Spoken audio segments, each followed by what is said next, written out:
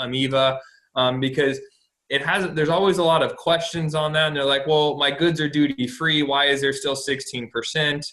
And so people don't understand that. So will you talk about the IVA for a few minutes? Sure, of course. And so when you purchase some goods in the United States or in another country like Canada, you pay your value of the goods, and they apply the IVA, correct? They apply the tax. I mean, it's $5 plus tax. Everything have a tax in the goods, whatever goods that you're purchased. In Mexico, when you purchase a good in Mexico, the tax is already included, okay? Which we call IVA, right? It is already included. If you purchase some television or some food or whatever, everything is got the final price. It's 50 pesos, $5, whatever they equal. The IVA it's coming inside. So it's coming already with the final purchase. It's not separate. So when you import something into Mexico, any goods, that is the reason because we apply the VAT, the IVA, the 16% of IVA in Mexico, because if they have the good in Mexico, they need to pay, of course, as a mandatory, the Mexican tax in order to be able to commercialize that, to sales that, because they're not allowed to adding the IVA at the time that they're making any transaction for goods.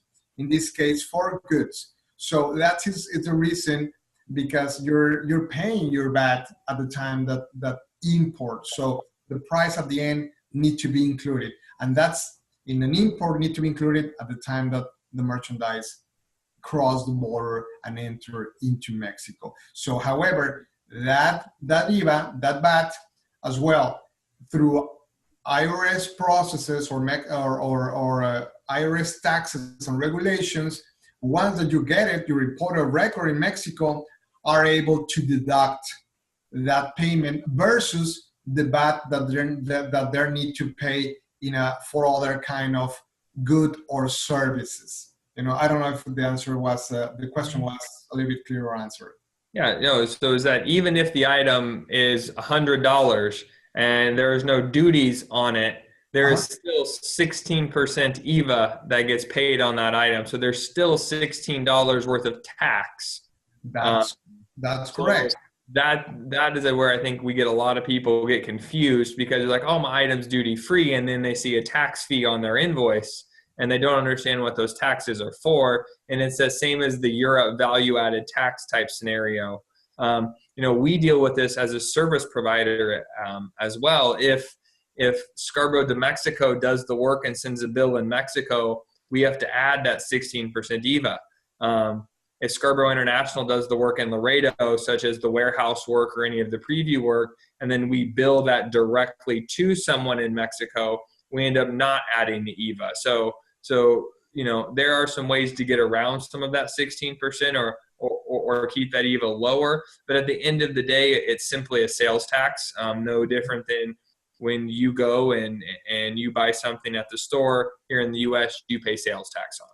Right, and in this case, I'm just clarifying that because when it's good, the IVA or the VAT, it is already included, which means it need to be paid at the time of the imports to be. For service, we add in the IVA is just depending if you require a legal invoice. We call factura from IRS services or perspective.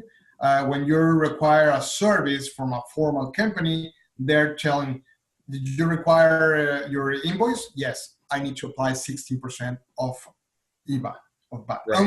On services. And service, it's always separate. On goods, not. That is the reason, because we need to pay at the time. So remember, IVA is not an international duty. That is the reason, because when we said it is duty-free, yes, for international duties, but all the imports into Mexico, permanent need to pay IVA, and the IVA can be refundable by government asking by at the time of the tax declaration by the importer of records.